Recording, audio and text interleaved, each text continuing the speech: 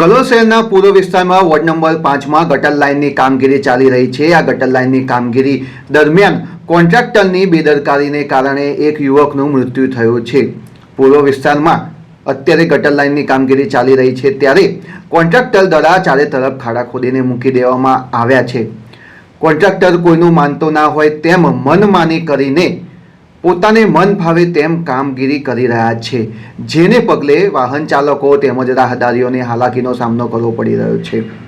ગઈકાલે રાત્રે નરનારાયણ સોસાયટીમાં રહેતો એક યુવક ત્યાંથી પસાર થતો હતો ત્યારે તેનો પગ લપસી જતા હેમરેજ થઈ ગયું હતું અને આ યુવકનું દુઃખદ મૃત્યુ થયું છે।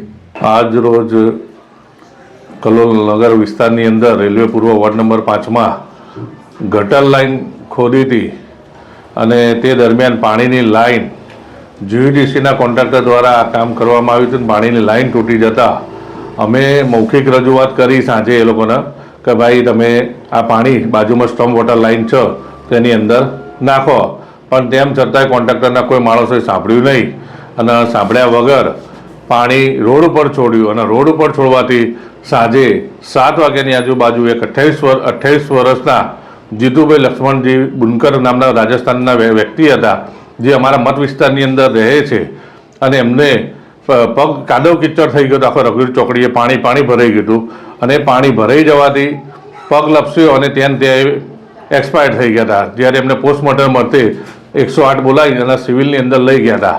આવી બેદરકારી દરેક કોન્ટ્રાક્ટર ના કરે। અમે ઘણી વખત મૌખિક રજૂઆત કરી કે ભાઈ બેરિકેડ પણ તમે લગાવો, પણ કોઈ જાતના બેરિકેડ લગાવ્યા વગર આ ખોદકામનું કામ ચાલુ છે, તો આ ખૂબ જ અમે આની નિંદા કરીએ છીએ।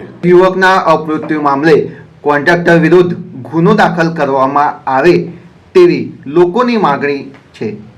આ કામગીરી શરૂ થઈ ત્યારથી લઈને આજ દિન સુધી કાઉન્સિલરો દ્વારા કોન્ટ્રાક્ટરને જરૂરી દિશા નિર્દેશ આપવામાં આવ્યા હતા, તેમજ બેરિકેડિંગ અને સેફટી સહિતનું ધ્યાન રાખવાનું કહેવામાં આવ્યું હતું, પરંતુ કોન્ટ્રાક્ટર કોઈનું સાંભળતો ન હોવાનું સામે આવ્યું છે અને આ મનમાનીને કારણે એક યુવકનું મૃત્યુ થતાં કલોલ પૂર્વમાં રહેતા રહીશોમાં રોષની લાગણી પ્રવર્તી છે। અને આ જ વસ્તુ વારંવાર અગાઉ 15 દિવસ પહેલાં ભાગ્યોદય સોસાયટીએ પણ આવી રીતે લાઈન તોડી હતી અને એમાં ગટરની લાઈન તોડી હતી, તો ગટરનું પાણી એ ભાઈએ રોડ ઉપર છોડ્યું હતું અને એ દરમિયાન પણ એક ઉંમરલાયક વડીલ કાકા અને એમની એક નાની પુત્રી હતી, છોકરાની છોકરી, એ પણ પડી ગયા હતા ત્યાં આગળ। ત્યારે બી અમે ધ્યાન દોર્યું હતું કે ભાઈ આ કોન્ટ્રાક્ટરને કે ભાઈ તમે આ રીતનું કોઈ પણ જાતનું કામ ના કરશો બેરિકેડ લગાવ્યા વગર। અને હવે આવનારા દિવસની અંદર આ જે ભાઈ મૃતક પામ્યો છે એના ફોજદારી ગુનોને FIR 105 મુજબ અને જે તે કલમો લાગતી હશે એ પ્રમાણે ફરિયાદ કરવાના છે આ લોકો, અને અમે એમની સાથે છીએ અને અમે આ પરિવારને સંતાવના પાઠવીશું। રઘુવીર ચોકડીની ચારે તરફ ખાડા કરી દેવામાં આવ્યા છે।